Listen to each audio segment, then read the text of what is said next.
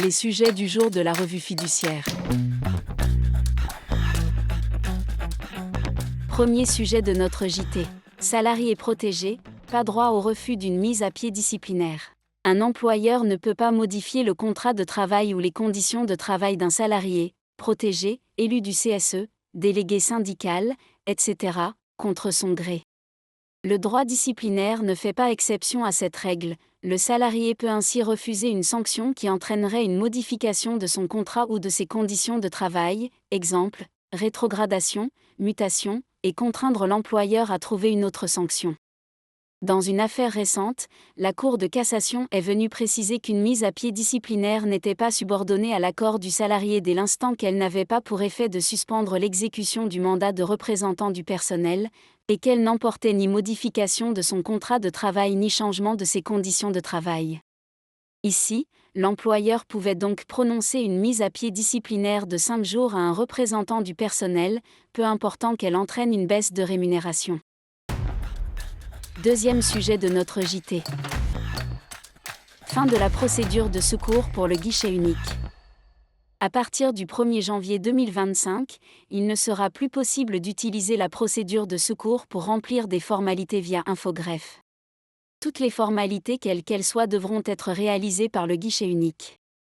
C'est ce que vient de confirmer le ministère de l'Économie dans un récent communiqué de presse.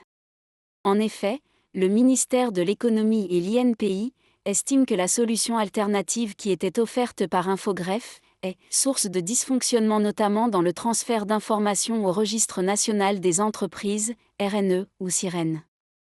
Rappelons qu'une procédure spécifique permet aux entreprises de corriger les informations, sans frais et hors formalité de modification, lorsqu'elles identifient une différence entre les informations inscrites sur le RNE et celles figurant au Registre du commerce et des sociétés, RCS. Le ministère de l'Économie a également annoncé d'importantes évolutions du site du guichet unique pour améliorer le parcours des usagers. Ces améliorations devraient conduire à une version 2 du site vers la mi-2025. Pour assurer cette phase de transition, les solutions d'assistance et d'information suivantes restent disponibles. L'assistance gratuite de l'INPI, qui a été renforcée et ouverte de 9h à 18h tous les jours ouvrés, les conseils métiers gratuits des chambres consulaires, chambres de métiers et de l'artisanat, CMA, chambres de commerce et d'industrie, CCI, chambres d'agriculture.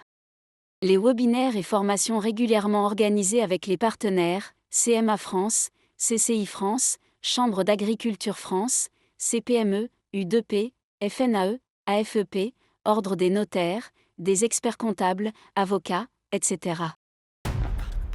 Troisième sujet de notre JT. Preuve d'un quasi-usufruit.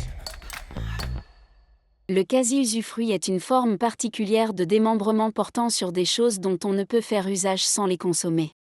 Le quasi-usufruitier dispose, alors, de la jouissance du bien et de la faculté d'en disposer avec obligation de le restituer à la fin de l'usufruit. Le nu propriétaire bénéficie, quant à lui, d'une créance de restitution déductible de l'actif successoral. Dans le cadre de l'usufruit du conjoint survivant, ce quasi-usufruit peut être d'origine légale ou être mis en place volontairement sur un bien tel un portefeuille de valeurs mobilières.